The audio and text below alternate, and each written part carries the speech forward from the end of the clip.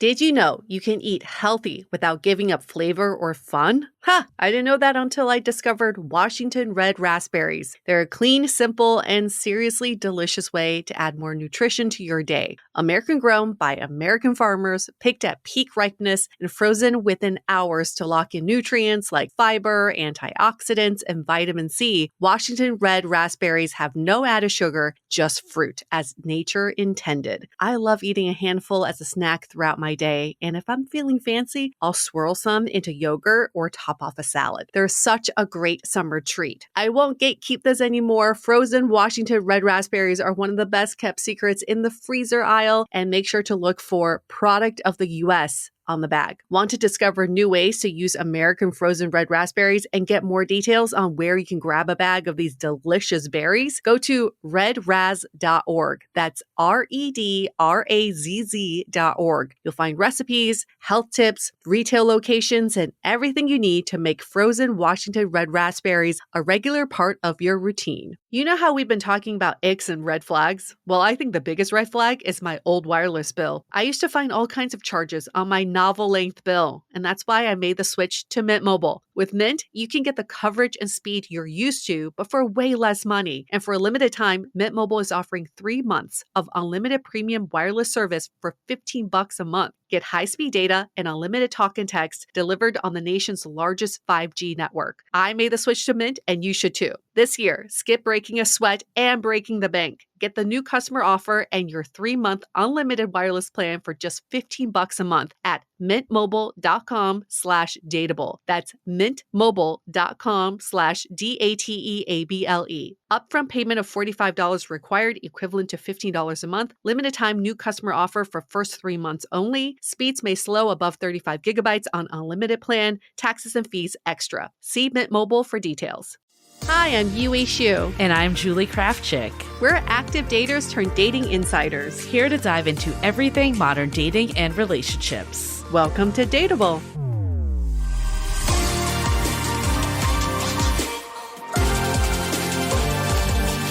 Hello, friends. Welcome back to another episode of Dateable. We are in that situationship period. The on-off season. Our We're favorite hot and time. Sending mixed signals. Our mixed signals video got so many comments of people just saying, why do people give mixed signals? I feel like we talk about this every time we start the on-off season. We do. Because it's just, we live in the gray a lot. So we're comfortable here. That's what It's we're normal. saying. It's normalized. Yeah. Yeah. There we go. But we have a good one. I think the on-off season is fun because we obviously get to do our intros and still catch up real time, but we play back some episodes that we either were guests on, or sometimes we throw in a few top best of Dateable episodes to ever air. We've done other compilations, and then we did a few weeks ago. So if you didn't listen to this, we gave some life updates and podcast updates, book updates, all the updates. So we kicked off the on-off season that way too. So we have an old friend on this episode. We were on hers, Damona Hoffman. And when we first connected for our first episode that we recorded together, she was so sure that we had all met in person before, which is funny in this podcasting world. Sometimes you feel like, you've known someone forever on social media. Yeah. And you've never met them in person. But it's hard to, sometimes I have a hard time remembering. Have I met this person in real life? She she thought she met us, but she also was like, oh yeah, back on the pod. And we're like, we've never been on the same pod before. It is funny just how parasocial relationships end up being. And I get why people feel like they know us, because I definitely feel that way about people I listen to their podcasts. I'm like, of course, if I saw them, they would know who I am. And I'm like, wait, they wouldn't. They would not know who I am. Yeah. I had I had lunch a while ago with Janet from Asian Boss Girl, and now she's doing her own podcast called Living Well. And I've only met her twice in person, or 3 times in person now, but I feel like I know her whole life story just from listening to the podcast. And in conversation, I brought up her ex-boyfriend by name, and I was like, damn, that is so weird. Just sit here with basically a stranger and being like, I know your ex-boyfriend's name and I know what he's all about. It is kind of creepy when you think It's about it that creepy. way. Yeah, And that's why my fiance does not want me to say his name on air. That's the I reason. know. Yep, it makes sense. But it's also, he has a very common name, He so it's does. okay. So people would think it was fake anyways. Yeah. That's the best part. Yeah, his real name sounds like a fake name.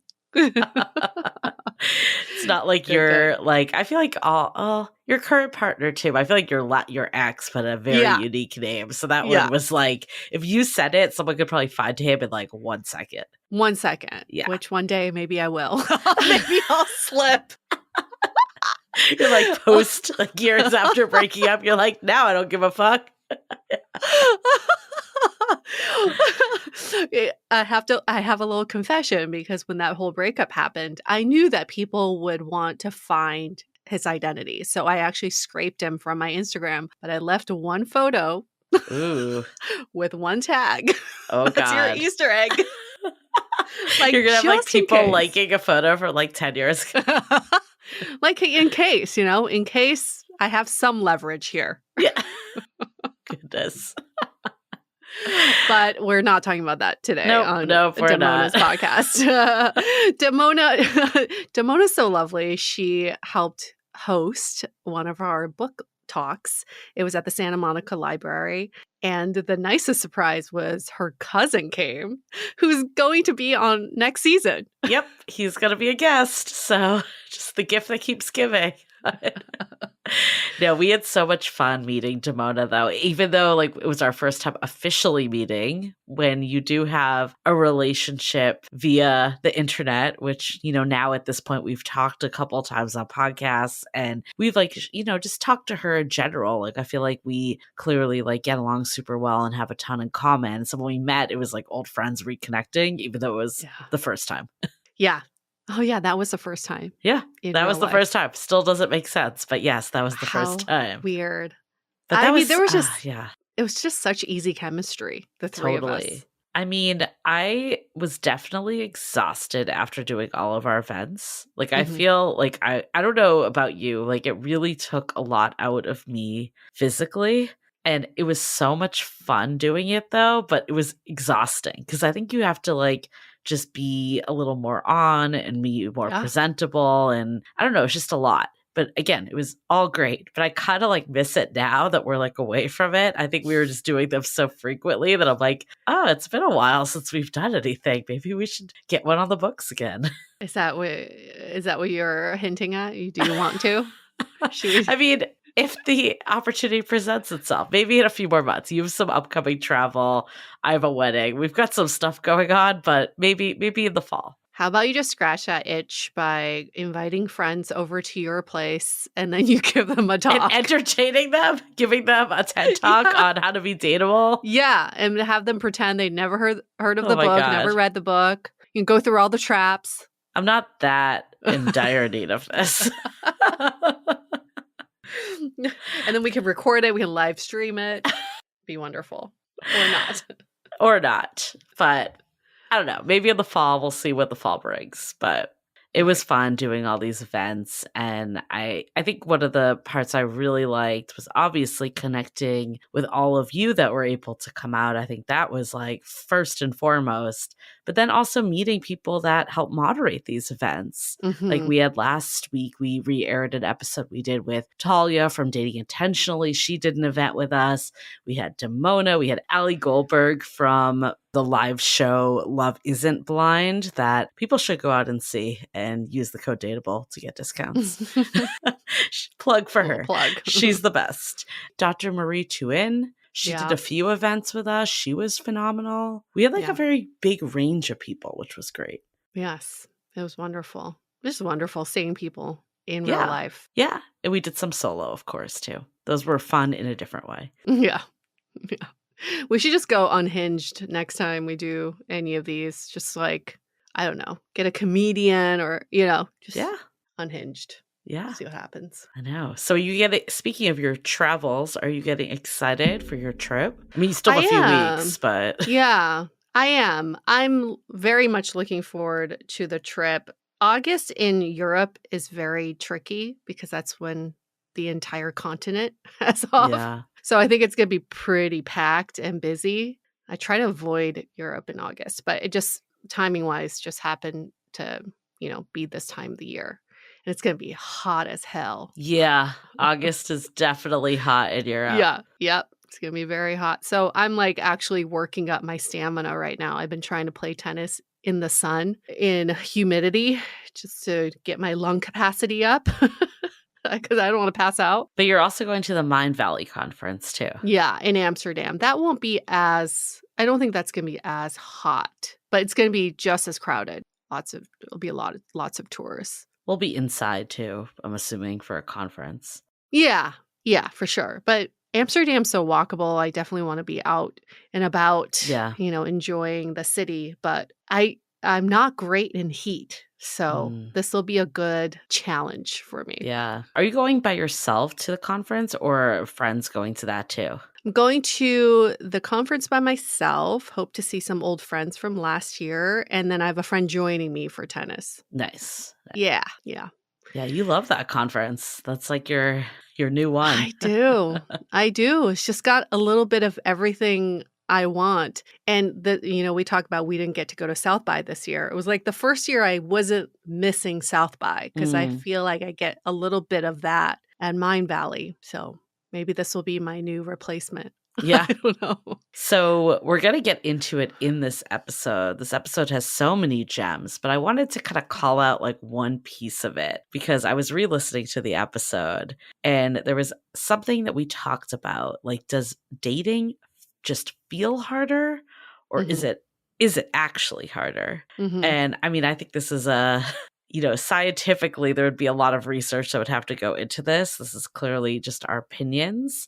And you had a strong stance that you felt it actually was harder. And Damona's stance was that like there were some parts that were harder, but then also a lot that opened up the gates, especially for people of different ethnicities and like dating apps kind of gave that like level playing field a bit. And I think I was maybe more in the middle of the two opinions.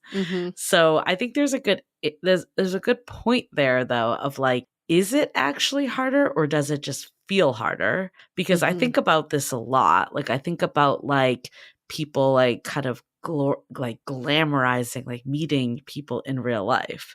But back in the day when that was the only option, I remember feeling like that was so hard. And like when dating apps came to the scene, it was like this like relief and like option that wasn't as difficult.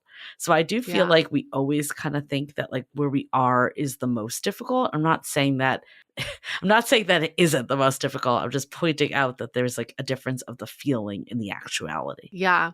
I love that point. I think the feeling is the key word here.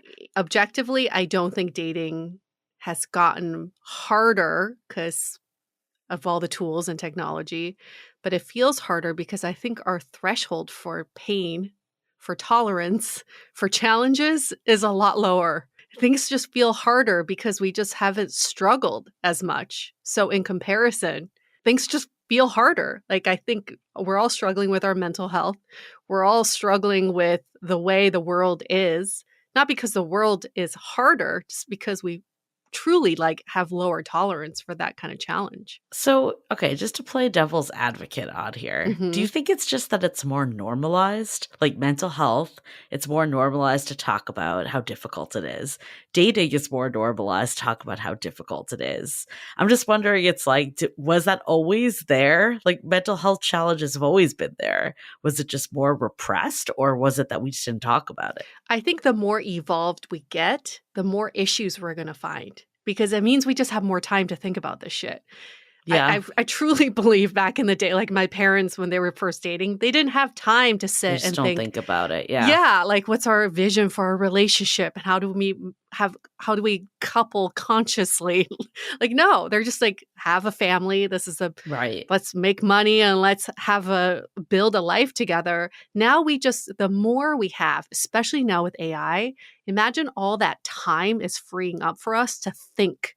I think the more humans think, the more challenges we're going to find. But I also don't think it's always a bad thing because No. like you can argue that maybe older generations like didn't think enough about a relationship. Correct. And that's Yeah. why they were in unhappy marriages or got divorced. So I think it comes like it's like a double-edged sword. It might be like more difficult to find the person and the struggle might be greater to get there. But then once you actually do, you're in a much more fulfilling relationship because you've actually like really thought it through and you've, you know, both of you have realized how difficult dating is. So you're like actually appreciative and grateful for each other. That's part of evolution. The more evolved we get, hopefully the more self-actualized we are. Yeah.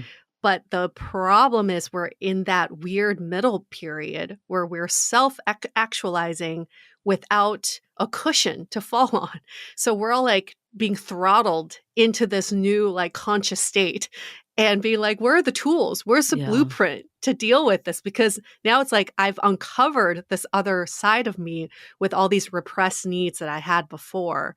But how do I deal with them, right? Well, how to be dateable, that's the blueprint. We got you. But for the most evolved daters out there.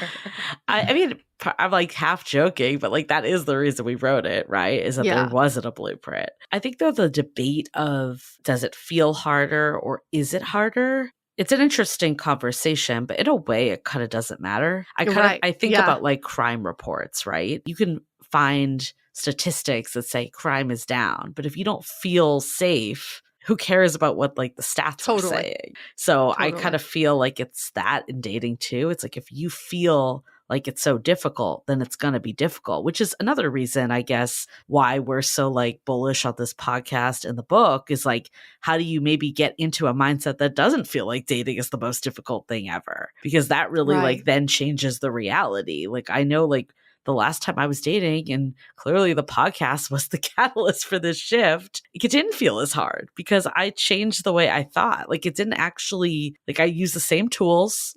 I, you know, in theory met similar types of people. Like there weren't that many variables that actually changed outside of like the way I was like meeting the dating world. We're all going to find at the end of this simulation that it is all about how we talk about our world because it is a self-fulfilling prophecy. They do this research with professional athletes all the time. The only difference between the elite athletes and the mediocre athletes is the way they speak to themselves. And they've actually pulled players out of a game who will go to their coach and be like, I just can't play today. I'm terrible today. I don't have the skills today. And guess what? They're going to lose that game. It is how we view dating too. The more we say, this is so hard. There's nobody out there. I'm going to die alone. Guess what? There is no surprise plot twist. You are headed in that direction if that's how you speak to yourself. And I recognize that it's easier said than done because I know for my own self with dating, it took years to get out of that. And as you're saying this, I'm like, oh my God, my mindset in other parts of life is not great. Like some career stuff. I'm like, I definitely have those thoughts come in. Sure. And maybe that's the part of the problem, right? So it's easy to go there. It's actually quite easy to go there. Yeah. Much easier to go there than the other way. But hopefully after listening to this episode more, reading the book if you haven't yet, or listening on audiobook, then that could be like the start to that shift and recognizing that it's like, doesn't happen overnight. Like sometimes this stuff does take a bit. Yeah. And if you have an opinion about this, we love to hear from you. Do you think dating is actually harder or it just feels harder? Yeah. You can comment on this episode in Spotify, or you can leave us a rating and review in Apple Podcasts. Please 5 stars. Otherwise, we won't read your answer. But 5 stars in the body of your review. You can tell us, like, what is your opinion about this? Is dating actually harder these days? And we love reading these comments on Spotify, too. A lot of people are leaving comments there. And actually, when we were re-listening to this episode before, we saw one that was on the episode we did with Damona. Thank you, Sharon. It said, one of the best episodes you have ever done. I absolutely adore the How to Be Dateable gals. Damona Damona, you are on fire. The last part of your show is so excellent. And after hearing Julie and Yue, it's just the encouragement I need to get my act together. This is not a simple decision, but my choice. No more wasting time and energy. Thanks for all the information. I will have a great time remembering experiences, knowing I learned. You two have so much heart. Yay! Bravo. Thank you, Sharon. And agree with all that praise for Damona. She's crushing it. So we'll leave you all with this episode because it's so fantastic. But before we get into it, remember, go order How to Be Dateable. If you haven't yet, you can do audiobook, physical copy, ebook, whatever you desire on howtobedateable.com. Before we get into it with Damona, let's hear a message from our sponsors. With summer in full swing, it's time for a closet refresh, but I'm trying not to waste money on pieces I'll only wear for just one season. That's where Quince comes in. Their clothes are timeless, feel luxurious, look elevated, and the quality is way beyond what you'd expect for the price. Think 100% European linen tops starting at $30, washable silk dresses and skirts, and soft cotton sweaters. And the best part, everything with Quince is half the cost of similar brands because Quince works directly with top artisans and cuts out the middleman. I've been on a bit of a shopping spree with Quince lately. I got some wide-leg jeans that are perfect for evenings that will take me well into fall, and European linen pants that are so lightweight and perfect for that summer warm weather. So give your summer closet an upgrade with Quince. Go to quince.com/dateable for free shipping on your order and 365-day returns. That's QUINCE.com/dateable to get free shipping and 365-day returns. Quince.com/dateable. Okay, let's get to this episode with Damona.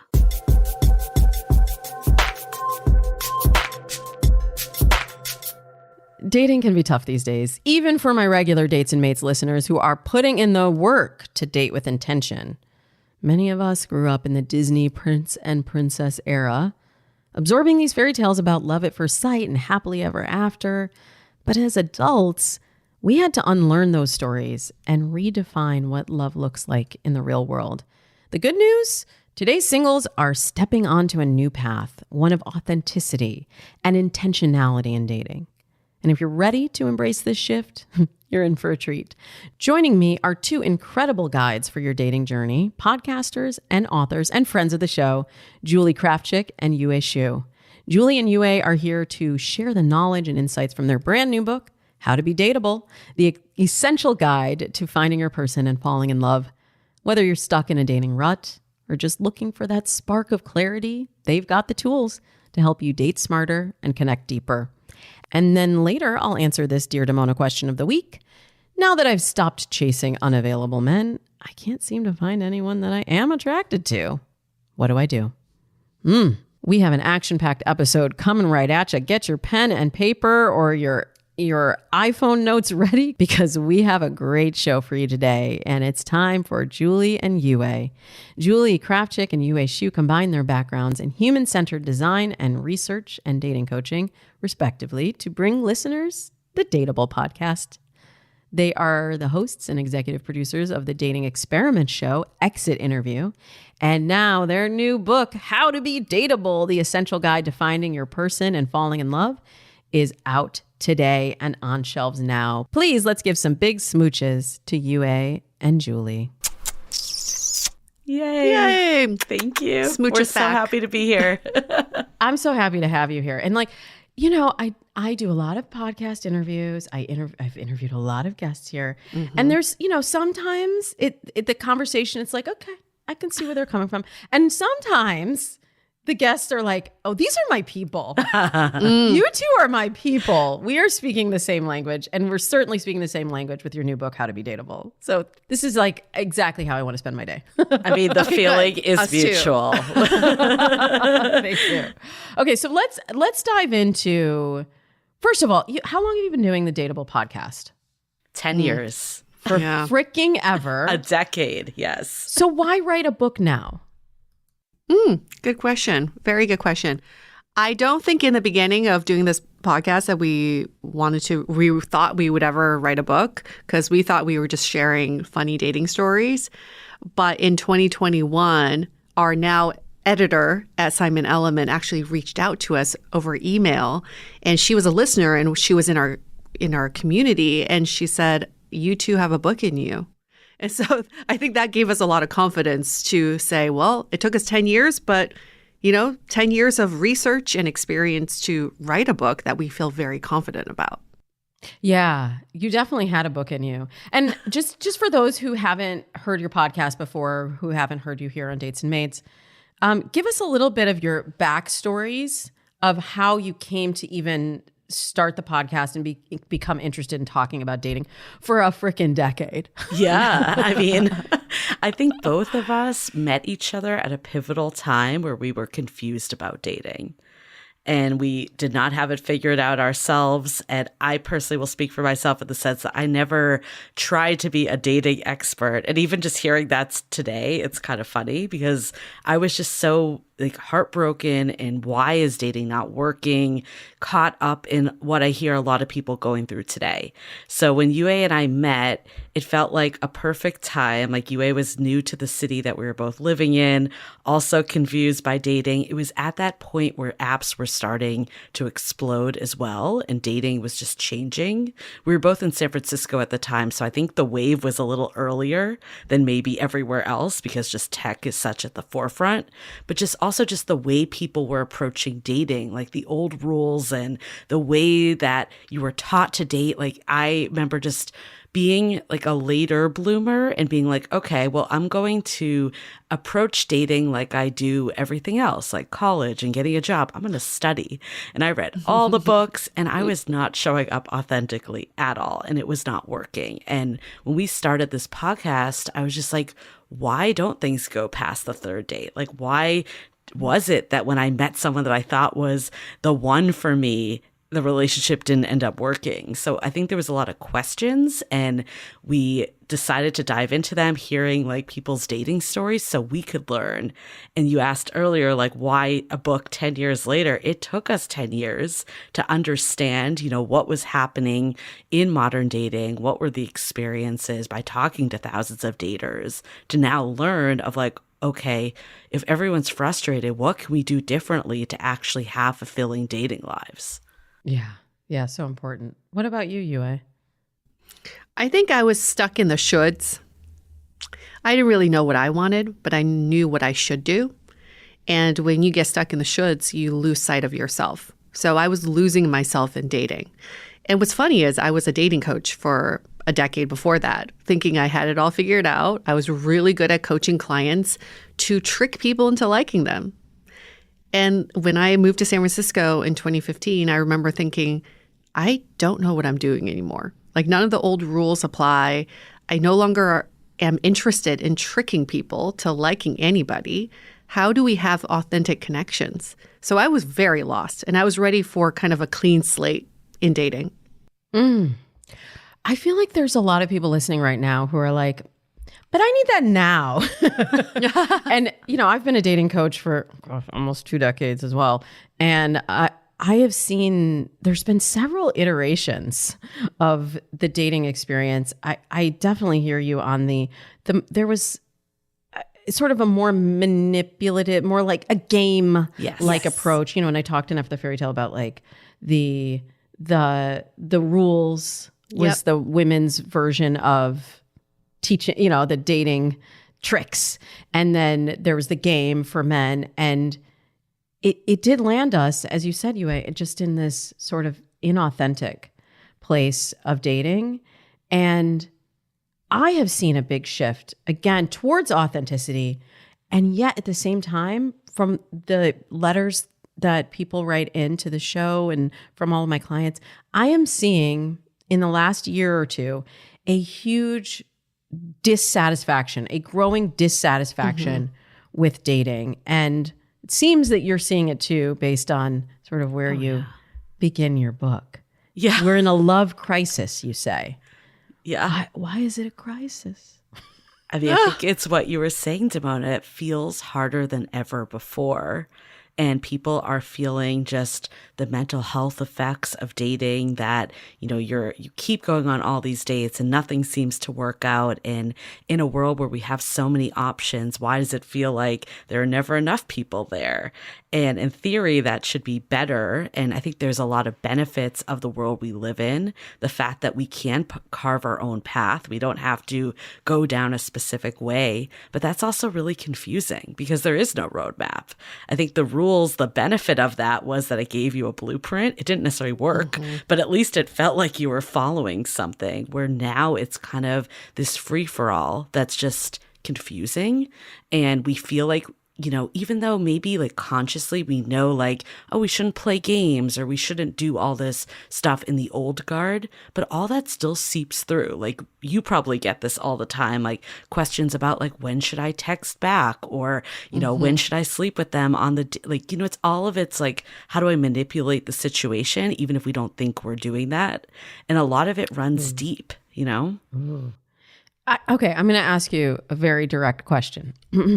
Because you Please. said it feels like dating is harder today than ever before. Is it? It truly is. You It don't think really so? is. Tell me more. So here's the thing. Like, if you just look at the trends of dating, back in the day, 20, 30, 40 years ago, people dated within their network. They formed organic connections. They did not have to win people over because they saw these people over and over again. They had FaceTime with them, and over time, attraction was built. Then when dating apps came on the scene, it was like, now you're expanding outside of your network, and now you have to convince strangers that you are lovable, that you have partner material, that you could spend your life together. So then we had to have these games and rules because we didn't know how to, I guess, quote unquote, win people over. But now we're at a new phase in dating where people say, okay, I don't want to win people over anymore. That's not organic. I want to have authentic connections like people had back in the day. But how do we do that in this world that's so big now? We've had expanded choices, and people are more self-aware than ever. So with all this new information and all these new options, how do we get back the organic, authentic connections from back in the day, but in a modern world? And that's why it's harder than ever, because we don't know how to navigate this right now. And so many people are giving up on dating and love, or thinking about giving up on it, because there's so much information out there, and they're confused, and there's just a lot of inaction. I'll go with you on that, because I hear a lot that it is harder, and I'm like, well, but just as a woman of color in the modern world, I feel like dating apps ultimately, they expanded my dating pool. They made it a lot easier for me to date. I have a lot of clients who are divorced, who are finding that they're able to access a dating pool when before it was like, just like, I guess, wait for somebody else somebody else's relationship to break up, and then you can swoop in. But now we can really do the choosing. But it is just what you said, Yue. It's the amount of options that we have. Not that it's making people unable to choose. I truly don't believe that the paradox of choice is I just don't believe in that. My husband will disagree with me. I just don't believe in it.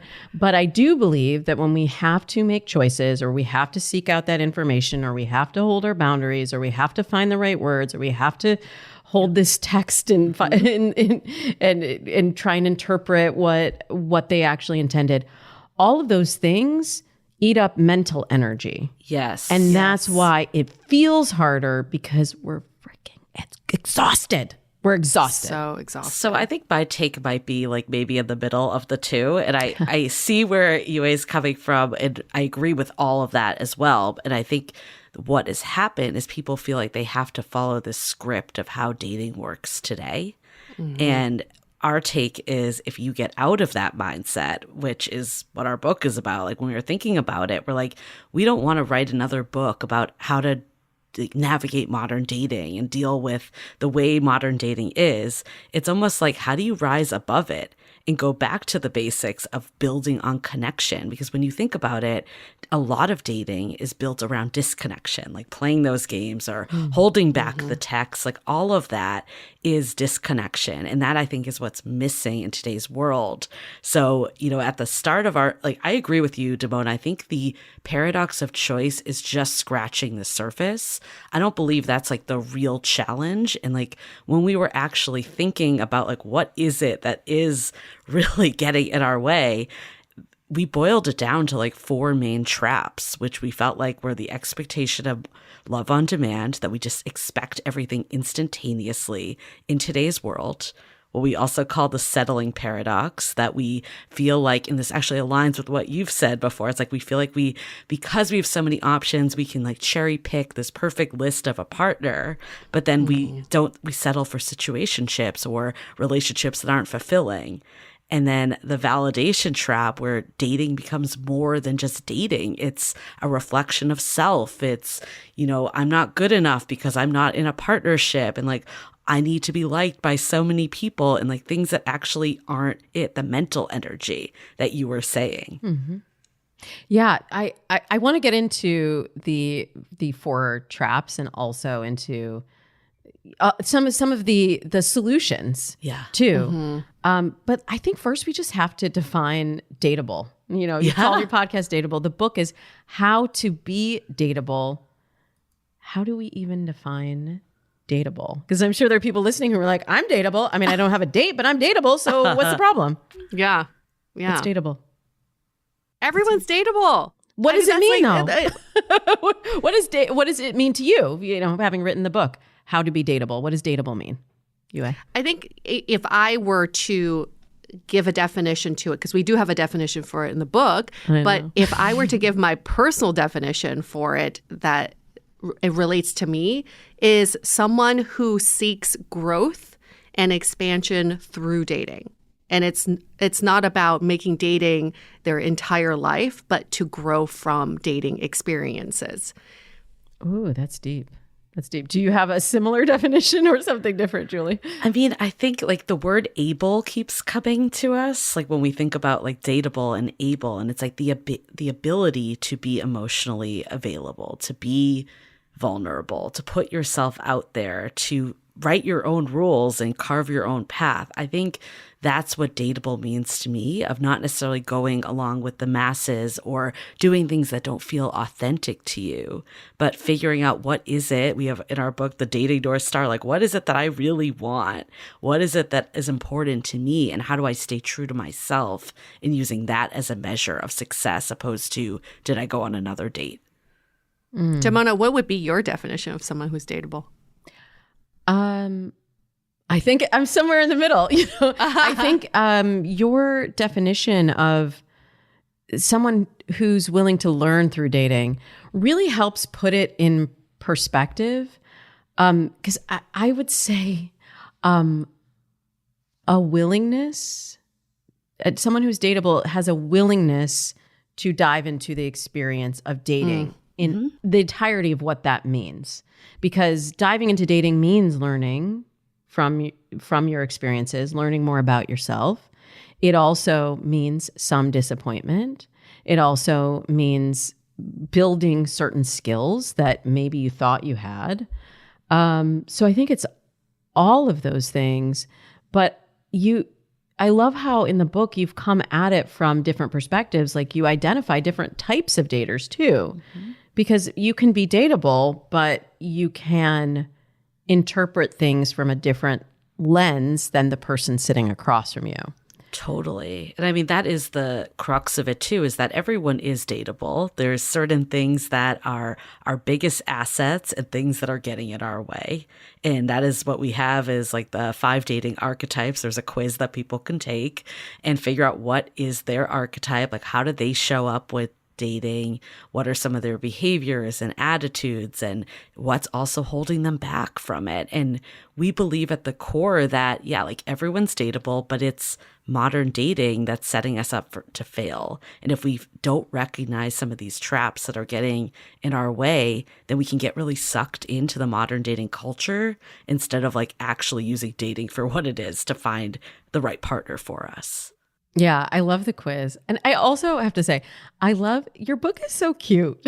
Oh, thank you. Thank you. There's all of these illustrations. I wanted illustrations. They would give them to me. But your illustrations really make it accessible, make it fun, and help us not. It's this weird balance of not taking it too seriously, but also taking it seriously. Am I making any sense? No, where we've it's like gotten you have that to from show people. up, right? Yeah, and I think that ultimately is kind of what got UA and I through dating too. Is like we had each other, we had the Dateable community to like feel this. Of course, we want to talk about what's most important to us is finding love and the relationship that we want, and being like even beyond that, like being good with ourselves when dating, but also bring some lightness to it, because if you just get wrapped into that all the time, it can start to feel exhausting in that mental load you were talking about. For sure. And also, Julie did the illustrations. I just have to point out. So that's why we got illustrations, because Julie made them.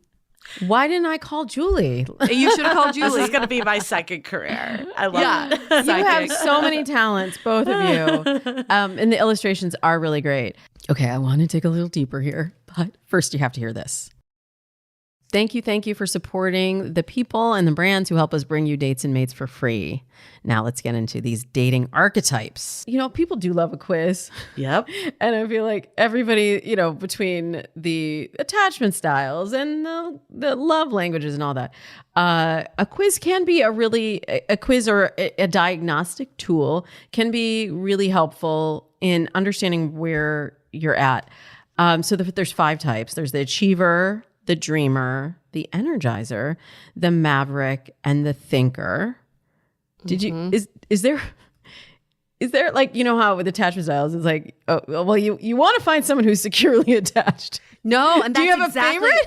Yes. That's such a good question, because we made this assessment so that there is no qualifier for it. Like there's no better one that you want to be. It's like, this is who you are. It's like, the relationship schemas that we've done before on our podcast, it's like, this is just to shed light on who you are and what may be holding you back. And you might like this, and I think your listeners would. So the entire, like if you take the first letter of each one, it actually spells mated. Like dates and mates. And that wasn't by design. It wasn't by design. Wow. If you start with N N first, it's mated. I love an acronym. Genius. I agree with UA. It's like this, the whole point is like with, I don't know, attachment style. I'm all for attachment style and understanding where you're at and what brought you to it. But we hear people say things like, well, I can't date until I'm secure. Yeah. And that like kind of kills me on the inside, because it's like, while you should always be working to become more secure, like, no, you're never going to be 100% secure. And then with this, it's like, and again, this isn't a replacement for attachment style, just making that clear too. They both serve different purposes. Totally. But with this, it's like, lean into your strengths, but then also know what's, like kind of sneaking up for you and be able to address it instead of like staying in the same cycle over and over again. Like for instance, like the ones that we also have, I mean, you can be dominant in one, but most people are dominant in one or two. And then some people even have a little of everything within them. So for me, it was the dreamer and achiever. That was my pairing.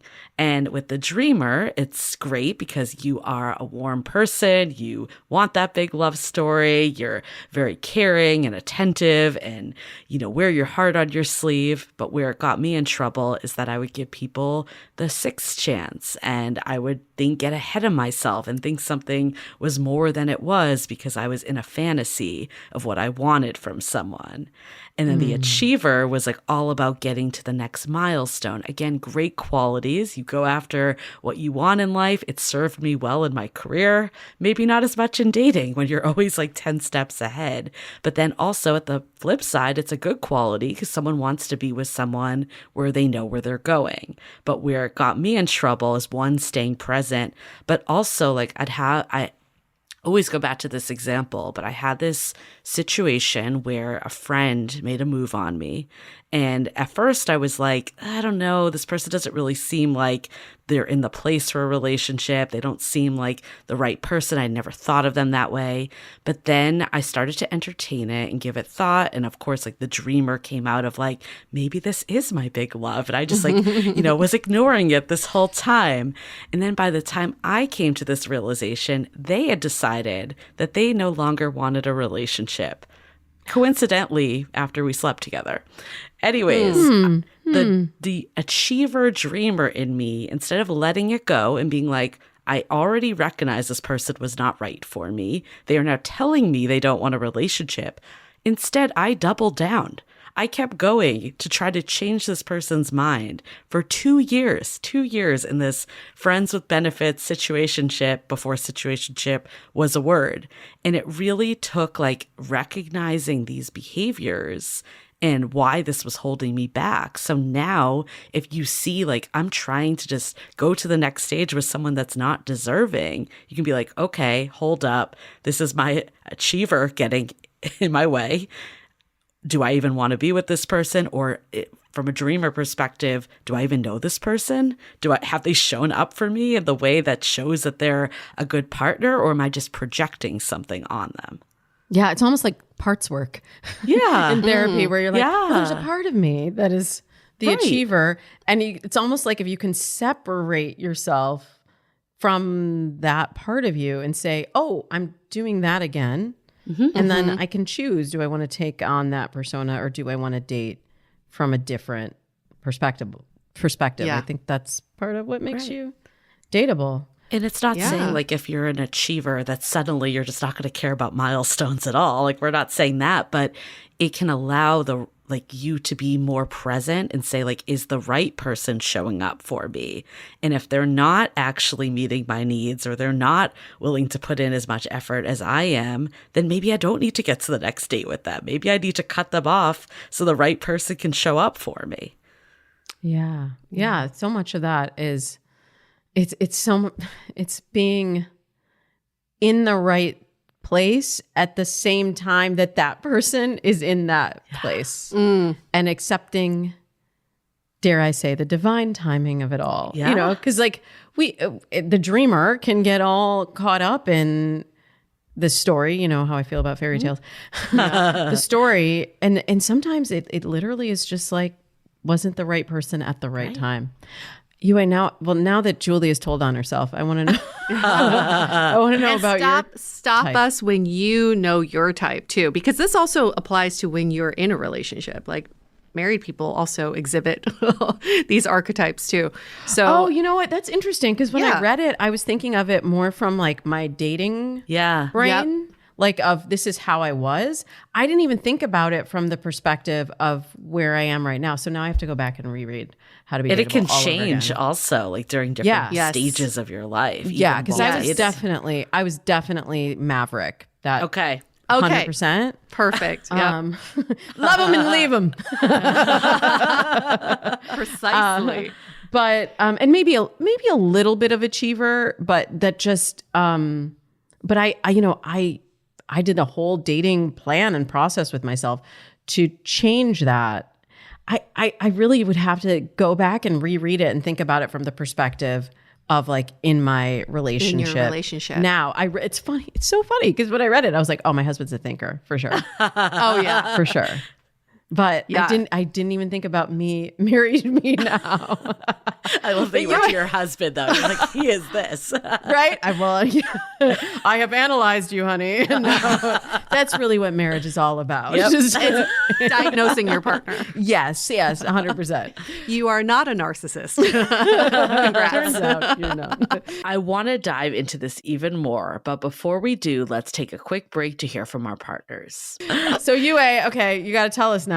What's your type? You and I are very similar. I am Maverick through and through, and I still see that even though I'm in a relationship now. This is the person who is very self-sufficient, has very high standards for him or herself and their partners, someone who really respects their space and their partner's space. So this person's like, can really hold their own in a relationship and feels really confident in who they are. Where we might get in our own way is that we love them and leave them. Yes, we leave before things can get deep or when a connection's really built, because things can get hard when there's a connection being built. We may have a hard time being vulnerable, or we feel like we got to get ahead of it. Instead of this person hurting us, I'm going to get ahead of it and I'm going to run away from them so that I don't get hurt. I have no idea what you're talking about. No idea. That's never happened to you don't me feel ever. You don't feel called out at all. No. And I think what's it like though? But tell me more. Yes. And I think in a relationship where I see this coming up is I overcorrect on giving my partner the independence, and I overcorrect on wanting that independence. It's still harder for me to mesh two lives together. For example, I don't want to move in together. I think having my own place is amazing. I want to have my own life, and I want to take these trips on my own, which is great to a certain extent. But I can't do it when things get hard. I can't because we're fighting that I say, well, I'm never going to move in with you. Or because we're having a hard conversation, I go, bye, I'm going to Europe for a month. And I still have those feelings come up, like the knee-jerk reaction of, well, I got to run to preserve my own independence. So that's something I'm trying to get under control in a relationship. So how do you do that? How do you get that under control? Obviously, you read How to Be Dateable, but is that one of the phases as the 5 phases? I mean, the first one is letting go. So yes, I think it's acknowledging your type. And the first part of the book is, again, how does this show up in the way that modern dating is built today? How are you contributing to, how are you falling for these traps because of your type? And we bring it back to the archetypes. So once you've gotten that baseline, to come out of it is step 1 is letting go and figuring out what is it that is holding me back. I think what Yue was saying of just acknowledging I do this, and where is this coming from? What stories have I been told or grasped onto, or limiting beliefs? We turn them to limitless beliefs, but limiting beliefs that we all have. There's so much ingrained in us, and it's unraveling is that first step. Can I also add something that I see come up for a lot of daters of all ages, but especially daters who online dating apps are not their native language, or texting is technology is not their preferred or most comfortable method of communication, which, I actually was just talking to somebody today about texting, and he was saying that he and his wife have very different texting styles. And I was saying how when I originally started texting, I used to say on the Dates and Mates podcast, circa, when did I start this? 2013, I would say texting is for information and not conversation, which it was at the time. But I've had to evolve that. And so I was saying now texting is really my primary way of communicating with my friends, with my colleagues, with, most of the people it's some form of text-based communication.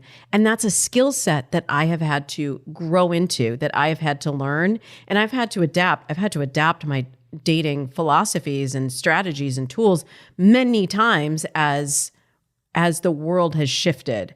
So I saw also in that letting go as, this is going to be hard for some of my listeners to hear, but also giving permission to the process of the world of dating, like you just said, the dating as it is today.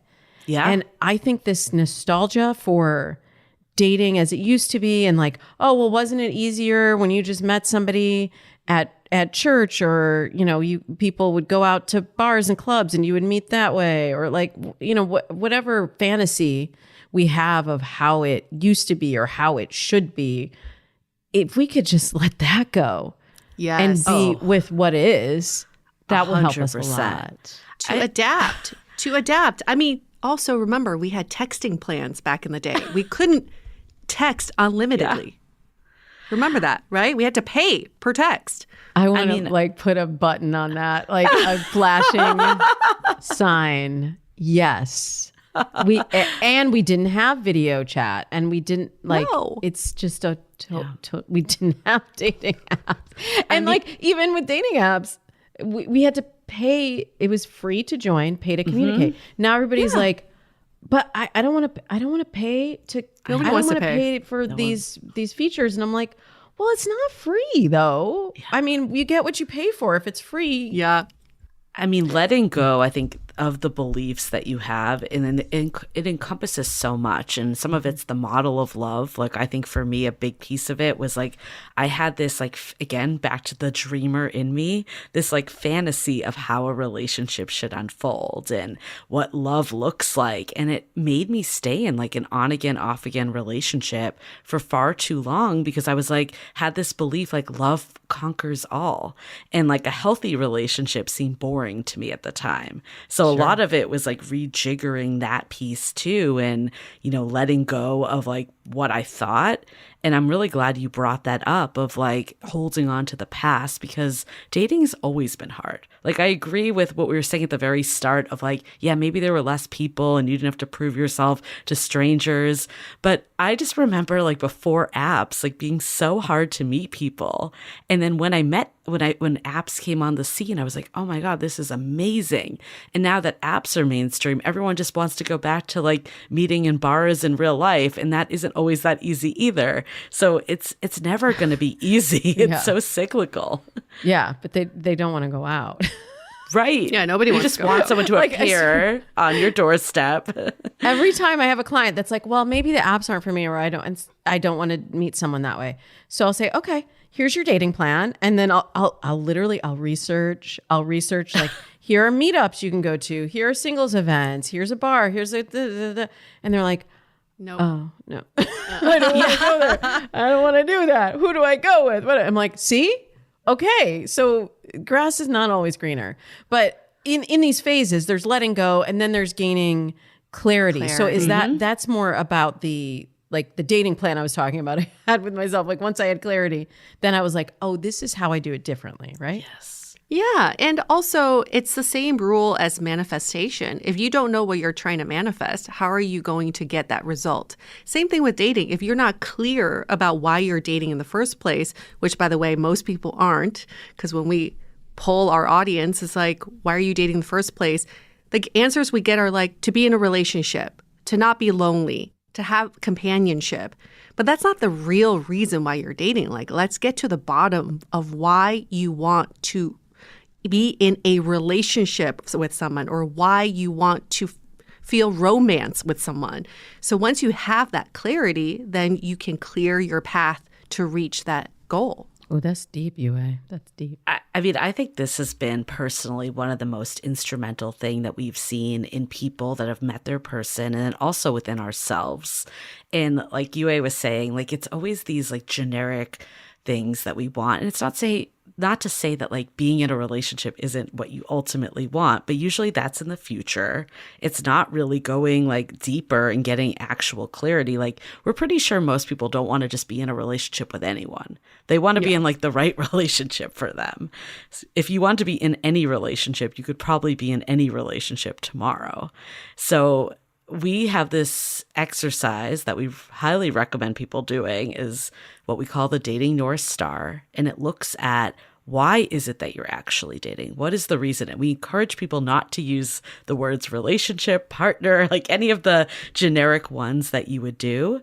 And there's even like a way, this was referenced in your book too, Damona, the 5 whys theory of just like getting deeper with things that became popular by like the founders of Toyota. And it's like, let's keep asking why to get to that next layer and really uncover what it is. And when we found people say this, like, we have an example of a dater that we talked to that started off like, I want a relationship. I want to feel, get attention from people. And then it came down to like, I want to feel prioritized by someone that sees me for who I actually am. Like, that's such a deeper dating why than just like, I don't know, I want to meet people. Like, that's so like high level. And it gets into the feeling. That's what I'm Yes. always saying here. Like, how do you want to feel Yes. in that relationship? Because I don't like, if you don't like how it feels right now, well, how do you want to feel? Because you probably won't know it when you see it. You won't know the packaging that the person comes in, but you're going to know that feeling of being Totally. with the right person that makes you feel that way, feel supported, feel seen. Yep. So you have to show up. We covered that. They're not, unless you're waiting for, your Amazon delivery person. You have to show up. Showing up is about energy. How you're showing up is more important than just showing up. It's not just about going on date after date thinking it's a numbers game. If you're showing up after a tired day and you just had a fight with your boss and you are not in a good mood, that's not showing up for the date. You're just physically there. You're just existing. So that chapter is really about doing a mental check and an energy check before even engaging with another person. Yeah. And even being online too. Like people will say to me, oh, well, I've been dating. They're like, they like show me like a receipt. Like I have a dating profile and I'm like, but are you like checking it? Are you using it? Are you liking people? Are you engaging? Are you talking? Yeah. I think it's also like if you're dreading going on dating apps, that energy is seeping through. Like it was like, I think this actually, to me, this is one of the most important chapters because I think this is the one that we all think, oh, I got it. Of course I'm showing up. This is good. But it's like, how are you actually showing up? Like, I'll give a personal example. Like for years, I didn't put people's phone numbers in my phone that I met online because I was like, oh, the odds of seeing this person is slim to none again. Like, why save their number in my phone? And I showed up with this energy of I'm not going to see this person again. That is a terrible space to be in going into a date. The second I made a small shift to even just be like, I'm going to put in Kevin in my phone. And then I show up and I'm like, I'm excited to meet Kevin. And that's when things like started to like, I was like, okay, this is a real person. I'm trying to connect with them. They're not just another number and another date and another thing that isn't going to work out. So when we hear everyone that's like, oh, dating is the worst, it's like, are you bringing that into your dates? Because if you are, then that's not the energy that's going to attract someone. That's so wise, Julie. That's so wise. Even just how you've articulated that energy, because I do hear from a lot of people that are like, I just don't want to meet somebody on a dating app. But then you feel like you're missing the party if you're not there. So you're kind of doing it. But I called it zombie dating. Like you're there, but you're like not present. Not really there. You're not really there. So what is the next phase? Investing appropriately. We love this one too. It is what we were talking about earlier. Why do people feel so burnt out from dating? It's because where are we spending our energy? We're spending our energy on the things that don't really matter, like wondering when we should call someone or text someone back, wondering what is that text we should send, wondering if this dating profile we are trying to analyze for 20 minutes is going to be the person for us. That's going to drain us. And we all have battery levels. We don't have unlimited energy. So just like an investment portfolio, in this chapter, we talk about where can you spend your energy where you're getting the most energy in return, right? It's like if you're feeling drained after an hour on a dating app, stop. Go do something else that energizes you. That's the only way we can really prevent dating burnout so that we don't go to our friends and we go, oh, I'm so sick of dating. Dating is so tough. I'm so drained by dating. Well, you're actually the one draining your own energy. It's not dating. Oh, wow. I love how you phrased that. Yeah. And like, it's maintenance. Like I just had physical therapy this morning and my PT was like, after you've been on the computer for like 30 minutes, so right after this, I have to do stretches and I have to heat. And it's like, oh, it's kind of a pain, but I know I'll feel better when I do it. It's almost like doing that dating physical therapy, but like mental therapy, emotional therapy, where you fill your cup, your battery back, you recharge your battery, and putting those practices in place, because otherwise the absence of it is you'll be swiping forever and, in the TikTok wormhole. Yeah. And I mean, it's inescapable at that point. I feel like I'm one of the rare people that's pro apps. Like, I mean, I know you are too, but like I feel like a lot of people Told you are you're my very people. hating on apps. And I mean, I've met multiple partners on apps, and my current partner of over 3 years on an app.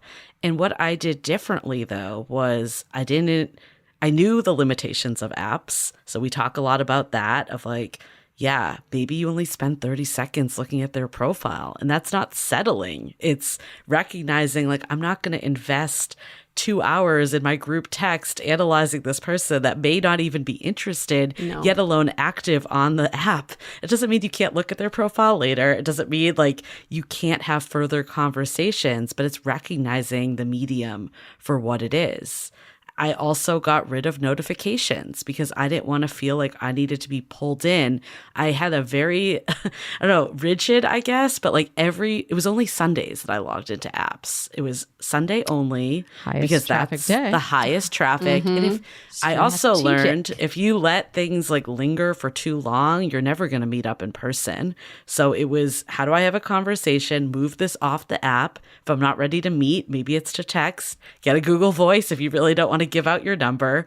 And then also like maybe it's a phone call, maybe it's something else just to progress and learn more about this person and see if it's someone I could date. So there's so many ways to like use them. And I think we always think we need to be like acquiring, going on more. But this is really about like, how do you actually use your time effectively and do it in ways that energize you and invest in the right people and not keep going down the path of like people that aren't even worth your energy at all. 1,000%. And invest in the right tools. Like invest in this book, y'all. Invest in how to be dateable. I swear, I have to have you back because I could literally talk to you two all day. And we've just scratched the surface of what's inside this book. We didn't even get to the 5th phase. So I'm going to let the 5th phase be a mystery for everyone. Linger. And they'll have to read about the 4 dating traps: expectation of love on demand, settling paradox, validation trap, relationship chicken, because it's all inside the book. And it's so cute with all of Julie's illustrations and also so actionable. That's the other thing I love about this. Like with the quizzes and the tools and the typing, it gives us a framework. And that sounds like that's what you were also talking about, Julie, is like having a framework to take all of this that we're experiencing and all this that we're learning and then actually put it into action in our lives. They all tie together in this framework. I know we're tight on time, but can I leave one last story of how they tie together? Stories. Okay, before I met my partner, there was someone I was talking to that I thought, like, again, because we had interactions, this was actually virtual, and it's like kind of embarrassing to say this, like saying it out loud, but it was during COVID. I was back in Boston. This person was in San Francisco. We were talking every day, all day. I thought I'd met like the person that could be my person. And then, of course, this guy was like offering to pick me up from the airport, like all on. As soon as I got back, all of a sudden he was too busy. Couldn't spend an hour, couldn't find any time to meet up. And I think an old me would have hung on to the past of like, there was so much potential, there was so much promise, and try to like push it. The dreamer in you? Yes, yeah, exactly. But then this time around, because I knew my dating North Star, I knew I needed someone that prioritized me. I was clear on my needs in a relationship. I was like, if this person can't even make an hour to meet up, they are not worth my time. So that went back to the investment strategy. And I let them go. I was like, look, like, if it's clear we're not in the same place right now, if things change, like, feel free to get in touch. Like, who knows where my life will be, but like, I'm moving forward. And then like, I don't know, a month later, I met my now partner who I never had this feeling with. I always felt prioritized. And I could go back to that North Star and knew that he was someone worth investing in. I love that story. It gives us all hope. Yes. Well, thank you so much for being here and sharing hope and wisdom and how to be dateable with us. Thank you, Damona, for having us. Always a pleasure to see you both. Be sure to head over to howtobedateable.com to grab a copy of How to Be Dateable, the essential guide to finding your person and falling in love. And you'll also be able to take the dating archetypes quiz there too. You can follow Yue and Julie on Instagram at Dateable podcast. You know, you can find the links in the show notes. In a moment, I'll be back to answer this listener question. I feel ready, but I can't seem to find someone that interests me. So what's wrong? I'll tell you in a moment. As always, you send in fabulous questions, and I am here to help. This one is a text from a listener named Caroline. She says, "Hi, Damona. Thank you for all you do. I'm incredibly grateful for your advice and knowledge. My question is around being patient versus taking more action in dating. I've been dating for a long time, looking for my forever person. I'm in my early 30s, and I have had a few 3-ish month flings over the past few years. Before that, I had 4 relationships lasting 6 months to a year, nothing longer than that. I realize I've been scared of commitment in the past, but I feel like I've done a lot of the inner work to know when this is coming up and how to cope. However, since I've stopped dating emotionally unavailable men, I find I'm rarely into anyone. I dated a nice guy for 2 months this summer who is not that attractive to me, but he seemed great on paper and clearly choosing to pursue something serious with me. I found myself not wanting to be physically near him, and I hate to say that I wasn't particularly excited to talk to him or to share news with him. He was lovely, but it felt like a mismatch. I dated a guy I was very into in the spring, but it gave me a lot of anxiety, and we ultimately wanted different things out of our lives. I can't seem to find anyone I'm attracted to physically or emotionally, and I'm going on lots of dates. Am I being too harsh? Does my pattern show that when I get bored, I want to leave? I can look back at previous guys I've dated and see how I was emotionally unavailable and it ended too soon. But now at 32, I really feel aware and ready. It just seems like it's nowhere to be found. Thank you for your question, Caroline. I love it when you guys write to me and you kind of answer your own question in your question. Like you're asking the questions of yourself that I would ask of you. Like, what does your pattern show? Does it show that when you get bored, you want to leave? And I'm not saying that as a criticism. I'm saying that as actually a confirmation that you are developing awareness about yourself, because awareness is the first step. When you are aware of your patterns, then you're not caught up in the momentum of choices you've made in the past and how you're pre-programmed to move through your life. You're choosing your destiny. You're choosing your next steps, and you're being more mindful about the outcomes that you want and how you're going about getting them. So all of this information is very useful, seeing that you have a pattern of shorter relationships. And by the way, I pretty much had all of my relationships prior to my husband were about 3 months, 4 months, maybe 6 months tops.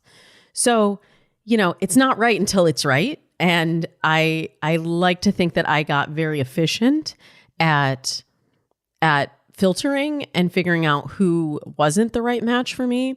And I didn't really have fear of being alone. I knew that it would be better to be alone than to be partnered with somebody who wasn't the right match. And hey, like that does keep you on the market when the right person does come along and you are aligned at the right time.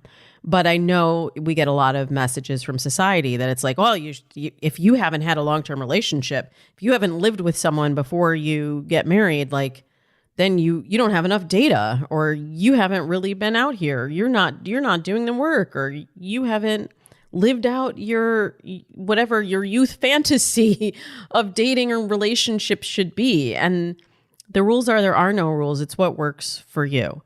So what I'm very interested in, though, in your question, is about this idea of attraction and what turns you off, and this idea of not knowing what turns you on and wondering, rightly so, wondering, is there something in the predictability? Is there something in the emotional availability? And I know a lot of you can relate to this. Is there something about somebody who is great on paper and being serious with you that sends you into fight or flight? That sort of locks you up emotionally or sexually where it no longer feels exciting. And then the question is, how do you rewire that?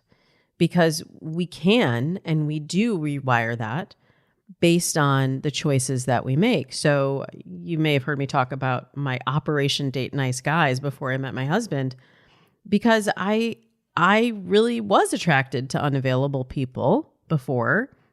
Thankfully, I recognized that usually before, too much time had passed. But yeah, I had that pattern. And I had to say, wait. I cannot talk out of both sides of my mouth here. I can't say I want to be in a serious long-term relationship and also accept this kind of flighty, non-committal, exciting, but not long-term relationship behavior. I can't have both of those things. So that's why I called it Operation Date Nice Guys long before whatever this connotation about nice guys that has emerged on the internet came into existence. I called it Nice Guys for myself because that was something that I was devaluing, guys who were nice, and I wanted to make sure that I went slow. I haven't talked about slow dating in a few episodes. I went slow and I took my time and I looked for different markers of compatibility. And I didn't rush in chasing chemistry on the first date or the second date. It really wasn't until that third date rule where I was like, oh, this is a 360 relationship. This isn't just emotional attraction. This isn't just good on paper. This isn't just sexual attraction. This is like the whole thing. And relationships like that have to be handled with care and with time. And if you haven't found that yet, it doesn't mean that you're not going to find that, but it does mean that it's worth taking a step back and looking at what you do find attractive and what you have been attracted to in the past. And you said that you've been going on a lot of dates, and maybe it's worth slowing that down, because what is the point of the high volume of dates if it doesn't result in the connection that you actually want? And some of that is just society telling you, you're a 32-year-old woman, you should be out here, you should be dating apps, you should be going on dates every day, you have all this opportunity. And this is the myth. This is part of the myth that we've bought into. Because of all of this choice, you get everything at once. And that's what leads to the dating burnout that I keep talking about, because that's what also leads to what you're experiencing of the real shutdown of your system when you're like, I don't even know if I'm attracted to these people, or I'm actually kind of repulsed by these people. And we cut ourselves off because we're in momentum. We're not in clarity. We're not in choosing. So I would really scale back on the dates, and I would really get curious about your attractors, and maybe even sit down and make a list of, okay, what do I find attractive? Because you said I can't seem to find anyone I'm attracted to physically or emotionally. I'm not sure that that's entirely true. Maybe it's saying you're not feeling like the amount of effort you put out is resulting in the number of connections that you want. But think back to the last person you did feel physically or emotionally attracted to. Think back to, I don't know, like celebrity crushes. Sometimes I'll even start there. Like, what is it about this person that you really are attracted to? And start with that. And then once you have really clarified what are those attractors, then your mind is primed the next time you go on a dating app to just be looking for that. Don't be swiping on potential. And this is, by the way, this is specific advice for this situation. Like, most of you are swiping way too, it's very heavy on the left swipe, right? It's very heavy on the no. And usually with my clients, I'm like, wait, let's broaden the filter a little bit. But in this particular situation, I'm like, no, you need to close the filter, because you need to figure out what is that thing that's attracting you in before you invest a lot of time and emotional energy in people and then have it end up with the same results. And I know that you feel aware and you feel ready for a serious relationship, and that's a great place to start from. But you also need to be aware of your patterns, as it sounds like you are, and also of your attractors, and find out which of those attractors are positive, which enhance your life, and which, if you're being totally honest with yourself, are attractors that do not serve you. Like, if you're attracted to people who keep you guessing because it's exciting, but you're like, wait a minute, that is not a value that I have. That is not a value that I want in a partner long term. You actually have to turn the ship yourself. And you have to say, that is no longer a quality that I find attractive. I'm going to value somebody who's a good listener, who does what they say they're going to do, who is reliable. And you're going to start looking for those green flags instead of reading the red flags as green ones. We're really good at that. We're really good at it's like the dress. Is the dress blue or gold? We're really good at changing the lens to fit the outcome that we want. And you have done the bravest thing to realize that the path that you're on, the outcomes that you're getting are not the outcome that you want for the future. And you have an opportunity at 32, at 42, at 52, whatever age you are listening to this right now, you have an opportunity to rewire your brain, your connections, your attractions, and make different choices. So there's a lot more in F the Fairy Tale about that. And you have a little homework to do. So I will leave you there, but I will say you are on the right track.